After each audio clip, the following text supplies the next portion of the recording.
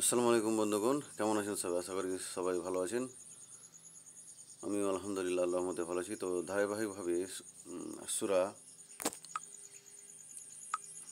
আত-তাকবীর এর 22 থেকে নিয়ে আলোচনা শুরু হবে ইনশাআল্লাহ। ইতিপূর্বে 1 থেকে নিয়ে 21 নম্বর আলোচনা হয়েছে এবং এখান থেকে আমরা কী শিক্ষা নিতে পারি এবং সেই শিক্ষা নিয়ে আমাদের জীবনটাকে কোরআনের মাফিক চালিয়ে আল্লাহর নৈকট্য লাভ করতে পারি, সেদিকে আমি বিশেষভাবে নজর দিচ্ছি। চাইলে আপনারা ভিডিওটা দেখতে পারবেন আমার চ্যানেলে গিয়ে। ভিডিওর অপশানের মধ্যে গিয়ে আপনারা যে সমস্ত আমি আপলোড করেছি এর আগে সমস্ত গিয়ে দেখতে পারেন। তো চলেন কথা না বাড়িয়ে শুরু করা যাক আজকের 22 নম্বর থেকে আলোচনা। আল্লাহ তাআলা 22 নম্বর আউযুবিল্লাহি মিনাশ শাইতানির রাজিম বিসমিল্লাহির রহমানির রহিম পরম করুণাময় অসীম দয়ালুর নামে শুরু করছি। আল্লাহ তাআলা 22 নম্বর আয়াতে বলছেন, ওয়ামা সাহেবুকুম বে মাজনুন, আর তোমাদের সাথী পাগল নয়। মোহাম্মদ সাল্লাল্লাহু আলাইহি সাল্লামের কথা বলছেন আল্লাহ তাআলা, যে আর তোমাদের সাথী মোহাম্মদ উন্মাদ নয়, একজন পাগল ব্যক্তি নয়। তাফসীর কোনরা কি বলছেন দেখা যাক। এই সম্বোধন হলো মক্কাবাসীদের জন্য, আর সাথী থেকে উদ্দেশ্য হলো রাসূল সাল্লাল্লাহু আলাইহি সাল্লাম, অর্থাৎ তোমরা যে ধারণা করো তোমাদের স্বগোত্রীয় ও স্বদেশ সাথী মোহাম্মদ সাল্লাল্লাহু আলাইহি সাল্লাম পাগল, নওজুবিল্লাহ, সে এমন নয়। একটু কোরআন পড়ে তো দেখো যে কোনো পাগল কি এমন ধরনের তথ্য ও তত্ত্ব বিবৃত করতে পারে এবং পূর্ববর্তী জাতির যে সত্য ঘটনা বলতে পারে যা কোরআনে উল্লেখ হয়েছে। যে প্রত্যেক নবী যখন তার যুগে মানুষকে হেদায়েতের জন্য আল্লাহ পাঠিয়েছিলেন, বেশিরভাগ নবীকে আমরা তাফসীর থেকে জানতে পারি, হাদিস থেকে জানতে পারি যে প্রত্যেক নবীকে পাগল, জাদুঘর, বিভিন্ন রকমের মহাপুরুষ বা এরকম বলে তাদেরকে আখ্যায়িত করা হতো, তারা জাদু জানে, এরকম এরকম। তো আল্লাহ তাআলা এক বিশেষ হেদায়েত দিয়েছিলেন যে তাদেরকে আল্লাহ তাআলা এমন জিবরিলের মাধ্যমে তাদের ওহী পাঠাতেন। আর আমাদের নবীও তাদের মধ্যে একজন ছিলেন। সেই নবীদের মধ্যে খাতমে নবী তিনি এসেছিলেন, নবীদের সর্বশেষ নবী আমাদের হযরত মুহাম্মদ সাল্লাল্লাহু আলাইহি সাল্লাম, আমাদের নবী। তাকেও ওই ধারাবাহিকভাবেই লোকেরা একই কথা বলেছিল যে তিনি পাগল, তিনি জাদুঘর, এটা ওটা বলে তাদেরকে কি করতো, তাকে তাকে মানে অপবাদ লাগাতো, এভাবে লাঞ্ছনা দিত সেই কাফের বা বদমাইশ সম্প্রদায়ের লোকেরা আরবের মধ্যে। তো আল্লাহ তাআলা এই আয়াতের মধ্যে সেই অভিযোগকে আল্লাহ তাআলা কী করেছেন, খণ্ডন করে দিয়েছেন। সে অভিযোগকে একবারে ভেঙে চুরমার করে দিয়েছেন যে তিনি পাগল নন, তিনি উন্মাদ নন। তোমাদের মুহাম্মদ, তোমাদের নবী আমি যা পাঠিয়েছি, তিনি উন্মাদ নন, তিনি হচ্ছেন আমার প্রেরিত একজন নবী। তো আল্লাহ এটা বলে আমাদের নবীকে একটা সার্টিফিকেট দিয়েছেন।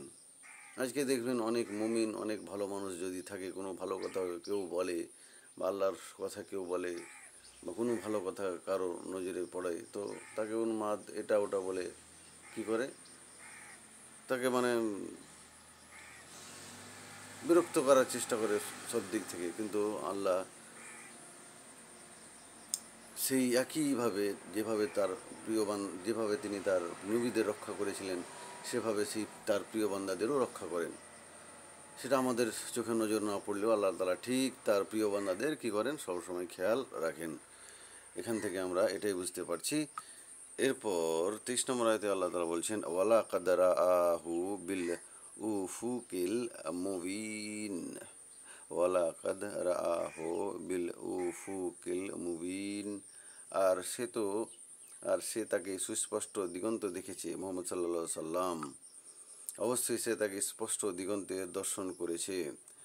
তাফসীরে কি বলছেন দেখা যাক। একথা পূর্বে উল্লেখ হয়েছে যে রাসূল সাল্লাল্লাহু আলাইহি ওয়াসাল্লাম জিবরিল আলাইহিস সালামকে 2 বার তার আসল আকৃতিতে দর্শন করেছেন। তার মধ্যে একবারের উল্লেখ তো এখানেই এসেছে, এটা নবুয়তের প্রথম অবস্থায় ঘটনা। সে সময় জিবরিল আলাইহিস সালাম এর 6 ডানা ছিল, যা আকাশের প্রান্তকে ঘিরে ফেলেছিল। দ্বিতীয়বার দেখেছেন মিরাজের রাত্রে, যখন সূরা নাজম এর আয়াতের ব্যাপারে বিস্তারিত বিবরণ দেওয়া হয়েছে। আল্লাহ তাআলার বিশেষ একটা নিয়ামত হচ্ছে তাদের নবীদেরকে, যে তারা ফেরেশতাদেরকে নিজের রূপে বা মানব রূপে দেখতে পেয়েছিলেন। এখন আল্লাহ তাআলা বলছেন যে ফেরেশতা জিবরিল আলাইহিস সালামকে আমাদের নবী 2 বার দেখেছিলেন তার নিজ শরীরে, যেটা আসল আকৃতিতে তিনি আল্লাহ আমাদের নবী হজরত মোহাম্মদ সাল্লাহ সাল্লাম জিবরিল আলাইহিস সালামকে দুইবার দেখিয়েছিলেন। এটা হচ্ছে আল্লাহর বড় একটা নিয়ামত আমাদের নবীর উপর, বা মুজিজা বলতে পারেন, যে এত বিশাল দেহ সত্ত্বেও আল্লাহ তাআলা তাকে শক্তি দিয়েছিলেন যে জিবরিল আলাইহিস সালামকে দেখার। সুবহানাল্লাহ। আল্লাহ তার বান্দাদের, তার নবীদের এইভাবেই কি করে থাকেন, নিয়ামত বা পুরস্কার দিয়ে থাকেন। এরপর 24 নম্বর আয়াতে আল্লাহ তাআলা বলছেন, এগুলো যে আয়াত দুটো আল্লাহ তাআলা বললেন যেখানে, যে আমাদের নবীর পাগল নন, তিনি একজন আমার প্রেরিত নবী এবং আমার প্রিয় রসুল। এখানে আমরা আল্লাহর নবীর, আমাদের নবীর সেই সার্টিফিকেট দিলেন আল্লাহ নবীকে, যে কি আমাদের প্রিয় হজরত মুহাম্মদ সাল্লাল্লাহু সাল্লামকে, যে তিনি পাগল নন, তিনি আমার প্রেরিত একজন নবী এবং রসুল। এবার 24 নম্বর আয়াতে আল্লাহ তাআলা বলছেন, ওয়ামা হুয়া আলাল গাইবে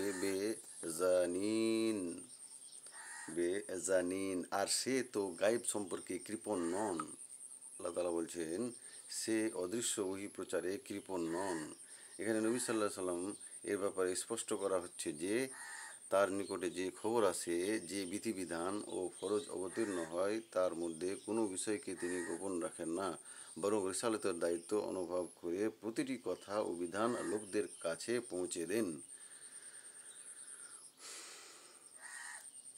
আল্লাহ তাআলার যে জিবরিলের মাধ্যমে ওহী আমাদের নবীর ওপরে আসতেও, সেটা তিনি তার মধ্যেই রেখে দিতেন না। প্রত্যেকটা বিষয় আল্লাহ তাকে যেইভাবে শিক্ষা দিতেন জিবরিল আলাইহিস সালামের মাধ্যমে, তিনি প্রত্যেকটা বিষয় মানব সমাজকে বলে দিতেন বা শিখিয়ে দিতেন বা তাদেরকে করার আদেশ দিতেন। আমাদের প্রিয় নবী হজরত মুহাম্মদ সাল্লাল্লাহু আলাইহি সাল্লাম, যেটা আমরা এখনও করে যাচ্ছি। আর ইনশাল্লাহ যতদিন এই পৃথিবীতে একজন পর্যন্ত মানুষ কোরআনে হাফিজ হবে, ততদিন পর্যন্ত মানুষ আল্লাহর কথা এবং আল্লাহর নবীর সেই হাদিস পৃথিবীতে চলতে থাকবে ইনশাআল্লাহ। তো আমরা সেখান থেকে শিক্ষা নেব, এটাই আল্লাহ তাআলা আমাদের বোঝাতে চেয়েছেন। এরপর 25 নম্বর আয়াতে আল্লাহ তাআলা বলছেন, ওয়ামা হুয়া বেকাউলে শাইতানির রাজিম, আর তা কোনো অভিশপ্ত শয়তানের উক্তি নয় এবং এই কোরআন বিতাড়িত শয়তানের কথা নয়। আল্লাহ তাআলা আবারও বলছেন, এই কোরআন কোনো শয়তান বা কোনো মাখলুক বা কোনো ফেরেশতা বা কারো কথা নন, এটা স্বয়ং আল্লাহর কথা। স্বয়ং আল্লাহ তাআলা তার ওহির মাধ্যমে আল্লাহ তাআলা এই পৃথিবীতে নাজিল করেছিলেন আমাদের প্রিয় নবী হজরত মুহাম্মদ সাল্লাল্লাহু আলাইহি সাল্লামের ওপরে, এবং এটা কোনো বানাওয়াট কথা নন, এটা আল্লাহর স্বয়ং তার নবীর ওপর নাজিল করেছেন। তাফসীরগণ বলছেন, যেমন জ্যোতিষীদের নিকট শয়তান আসে এবং আসমানের কিছু চুরি করে শোনা গোপন কথা অসম্পূর্ণভাবে তাকে বলে দেই, কোরআন কিন্তু এরূপ নয়। জ্যোতিষীরা আগে, শয়তান কী করে আসমানে ঘোরাঘুরি করতে থাকে, বা আসমানে যদি কোনো ফেরেশতা কথোপকথন করে, আল্লাহ তো ফেরেশতাদের স্বয়ং আদেশ দেন। তো আল্লাহ তো ওই শয়তান, যেহেতু তাদের আল্লাহ শক্তি দিয়েছেন যে আসমানে পাশে যাওয়ার, তো তারা কী করে আসমান থেকে কোথাও শুনে জ্যোতিষীদের বলে দেয়, যারা দেখবেন জাদুকর আছে, বড় বড় জাদুকর, তারা কিছু গোপন কথা মানুষের বলে দেয়। এটা শয়তানের মাধ্যমে সম্ভব, শয়তান তাদেরকে বলে দেয়। তো এই কথাগুলো শয়তানের নয়, এই কথাগুলো স্বয়ং হচ্ছে আল্লাহর। এরপর 26 নম্বরে আল্লাহ তাআলা বলছেন, ফাআইনা তাজহাবুন, সুতরাং তোমরা কোথায় যাচ্ছ। সুতরাং আল্লাহ তাআলা বলছেন তোমরা কোথায় যাচ্ছ। ফাআইনা তাজহাবুন, আল্লাহ তাআলা বলছেন তোমরা কোথায় যাচ্ছ। এগুলো শোনার পরেও তোমরা কোথায় যাচ্ছ। কত সুন্দর আল্লাহ তাআলা প্রশ্ন করেছেন তার বান্দাকে, এ বান্দা তোমরা কোথায় যাচ্ছ, আমার দিকে তো ফিরে এসো, আমার দিকে ফিরে এসো, আমি তো তোমাদের দেওয়ার জন্য প্রস্তুত হয়ে আছি, কোথায় যাচ্ছ। কত সুন্দর কথা আল্লাহ তাআলা বলছেন যে তোমরা কোথায় যাচ্ছ। সুতরাং তোমরা কোথায় যাচ্ছ। কত বাচ্চাদেরকে আমরা বলছি, এ ছেলে তোমরা কোথায় যাচ্ছ, কি করছো। একটা যে দয়া, একটা যে মহব্বত কথার মধ্যে থাকে ছেলে বা মার, এই ছেলে তুমি কি করছো, ওরকম আল্লাহ তাআলা বলছেন তোমরা কোথায় যাচ্ছ। তাফসীরগণ বলছেন, অর্থাৎ কেন তা হতে মুখ ফিরিয়ে নাও আর কেন তার অনুগত্য করো না। আল্লাহ তাআলা বলছেন, কেন আমাকে ভুলে যাচ্ছ, আমি জানি এত বড় যে তোমাকে নিয়ামত দিয়েছি, আমাকে একবার তো স্মরণ করো, আমার কাছে একবার তো চাও। চেয়ে তো দেখো, তোমরা পাপ কাজ করে ভাবছো যে তোমাদের আর রেহাই নাই, তোমাদের আর নিস্তার নাই। ভুল। আল্লাহ তালা কখনো এটা চান না যে তার বান্দারা জাহান নামে যাক। তো আল্লাহ সবসময় চাই যে তার প্রত্যেকটা বান্দা জান্নাতে ঢুকুক, বা জান্নাতের মধ্যে জান্নাতের অধিবাসী হোক। এটাই আল্লাহ চাইছেন তার বান্দাদের কাছ থেকে। কত সুন্দর করে বলছেন এটা, যেন আল্লাহ স্বয়ং তার বান্দাদের বলছেন কি তোমরা, সুতরাং তোমরা কোথায় যাচ্ছ, কি করছো, এই কথাগুলো শুনে তোমরা কেন ফিরে আসছো না? এই যে আমি এত বড় কোরআন দিয়েছি, জিবরিলের মাধ্যমে আমাদের প্রিয় নবী হযরত মুহাম্মদ সাল্লাল্লাহু আলাইহি ওয়াসাল্লাম নাজিল করেছি, এত বড় তোমাদের নিয়ামত দিয়েছি, এত বড় তোমাদের কিতাব দিয়েছি, তোমরা এখান থেকে কেন শিক্ষা নিচ্ছ না, তোমরা কেন ফিরে আসছো না? আল্লাহ তালা এখানে এটাই বোঝাতে চেয়েছেন। এরপর 27 নম্বর আয়াতে আল্লাহ তালা বলছেন, ইন ইন হুয়া ইল্লা জিক্রুল লিল আলামিন। এটা তো সৃষ্টিকুলের জন্য উপদেশ মাত্র। এটা তো সৃষ্টিকুলের, এটা শুধু বিশ্ববাসীর জন্য উপদেশ মাত্র। এটা তো একটা উপদেশ বাণী। এই উপদেশ মেনে কেন তোমরা চলছো না? আল্লাহ তালা বলছেন এটা তো একটা উপদেশ বাণী, এটা তো একটা মানুষকে নির্দেশ দেওয়া হয়েছে যে এইভাবে তোমরা চললে ভালো, তোমরা ভালো ফল করবে, আর খারাপভাবে চললে না, এইভাবে না চললে তোমরা খারাপ ফল পাবে। তো তোমরা কেন এই ভালো পথটাকে বেছে নিচ্ছ না, কেন এই উপদেশটাকে বেছে নিচ্ছ না? আল্লাহ তালা এখানে এটাই বোঝাতে চেয়েছেন যে আমরা এই উপদেশগুলোকে মেনে নিই, তাহলে দেখবেন আপনার এই জীবনও সুখ, আর ওই জীবন তো অবশ্যই আল্লাহ তালা সুখী রেখেছেন মানুষদের জন্য, যদি আমরা আল্লাহ তালার কথা মেনে চলি। তো এরপর 28 নম্বর আয়তে আল্লাহ তালা বলছেন, লেমান শাহ মিনকুম তাখিম আইয়াস্তাকিম।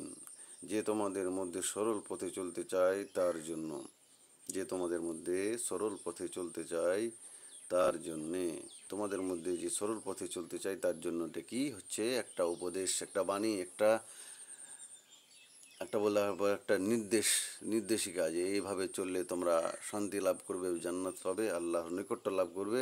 আর এইভাবে না চললে তোমরা আল্লাহর বিরুদ্ধে যাচ্ছ, বা তোমরা আল্লাহর শাস্তির মুখে পড়বে, আল্লাহর জাহান্নামে তোমরা পতিত হবে। আল্লাহ তালা এটাই বলছেন। এটা হচ্ছে কি, যারা সরল পথে চলতে চায়, যারা ভালো পথে চলতে চায়, যারা আল্লাহর নৈকট্য লাভ করতে চায়, এটা হচ্ছে তাদের জন্য। যারা আল্লাহকে ভয় করে জীবনটাকে আল্লাহর বিধান অনুযায়ী চালাতে চায়, এটা হচ্ছে তাদেরই জন্যে। এরপর 29 নম্বর আয়তে আল্লাহ তালা বলছেন, ওয়ামা ওয়ামা তাশা আউনা ওয়ামা তাশা আউনা ইল্লা আইয়াশা আল্লাহু রাব্বুল আলামিন। আর বিশ্বজাহানের প্রতিপালক আল্লাহর ইচ্ছা ব্যতীত তোমরা কোনো ইচ্ছা করতে পারো না। তাফসীরগণ কি বলছেন আগে দেখা যাক। অর্থাৎ তোমাদের ইচ্ছা আল্লাহর তৌফিকের উপর নির্ভরশীল। যতক্ষণ পর্যন্ত তোমাদের ইচ্ছায় আল্লাহর ইচ্ছা এবং তার তৌফিক সামিল না হবে, ততক্ষণ পর্যন্ত তোমরা সরল পথ অবলম্বন করতে পারবে না। এটা সেই বিষয় যা তুমি যাকে ইচ্ছা করো তাকে হিদায়ত করতে পারো না। আল্লাহ তালা বলছেন তোমাদের বিশ্বজাহানের প্রতিপালক তোমাদের আল্লাহর ইচ্ছা ব্যতীত তোমরা কোনো ইচ্ছা করতে পারো না। আমরা কোনো ইচ্ছা, আল্লাহ তালা যদি কোনো কাজে যদি আল্লাহ তালা যদি না চান যে এটা আমার বান্দাকে দেব না, তাহলে কে পৃথিবীতে আছে যে সে কাজটা করে দিতে পারে? আল্লাহ তালা যদি ইচ্ছা না থাকে, তো আমরা এই পৃথিবীতে একটা পানি কোন কথা, খাওয়ার কোন কথা, এক সেকেন্ড শ্বাসও নিতে পারবো না, আল্লাহ তালা যদি ইচ্ছা না থাকে। তো আল্লাহ তালা বলছেন, হে বান্দা তোমরা কোথায় যাচ্ছ এগুলো ছেড়ে? এত নিয়ামত পাওয়া সত্ত্বেও তোমরা কোথায় যাচ্ছ, কি করছো তোমরা? কত সুন্দর করে যেন, যেভাবে মা তার সন্তানকে ডাকে, যেভাবে বাবা তার সন্তানদের ডাকে, তোমরা কি করছো, আদর সত্য করে রাখছে। আল্লাহ তালাও সেভাবেই যেন প্রশ্ন করছেন মানুষদের এবং জিজ্ঞেস করছেন তোমরা কি করছো, তোমরা কেন ফিরে আসছো না? আর আমার যদি ইচ্ছা না থাকে, তাহলে কোনো মানুষ সম্প্রদায়ের, আল্লাহ তালা বলছেন, কোনো মানব সম্প্রদায়ের, কোনো জিন সম্প্রদায়ের এই পৃথিবীতে শ্বাস নেওয়ারও ক্ষমতা থাকতো না, যতক্ষণ না আল্লাহ ইচ্ছা করেন। আর সমস্ত কিছু আল্লাহর আদেশই, আল্লাহর হুকুমেই হয়। তো এই হচ্ছে সূরা আত-তাকবীর এর আলোচনা মানে এবং তাফসির। ভিডিওটা ভালো লাগলে অবশ্যই বন্ধুদের সাথে শেয়ার করবেন। ঘন্টাটা দেবে দেবেন পরবর্তী ভিডিও পাওয়ার জন্য। ভালো থাকেন সবাই, সুস্থ থাকেন সবাই। আসসালামু আলাইকুম।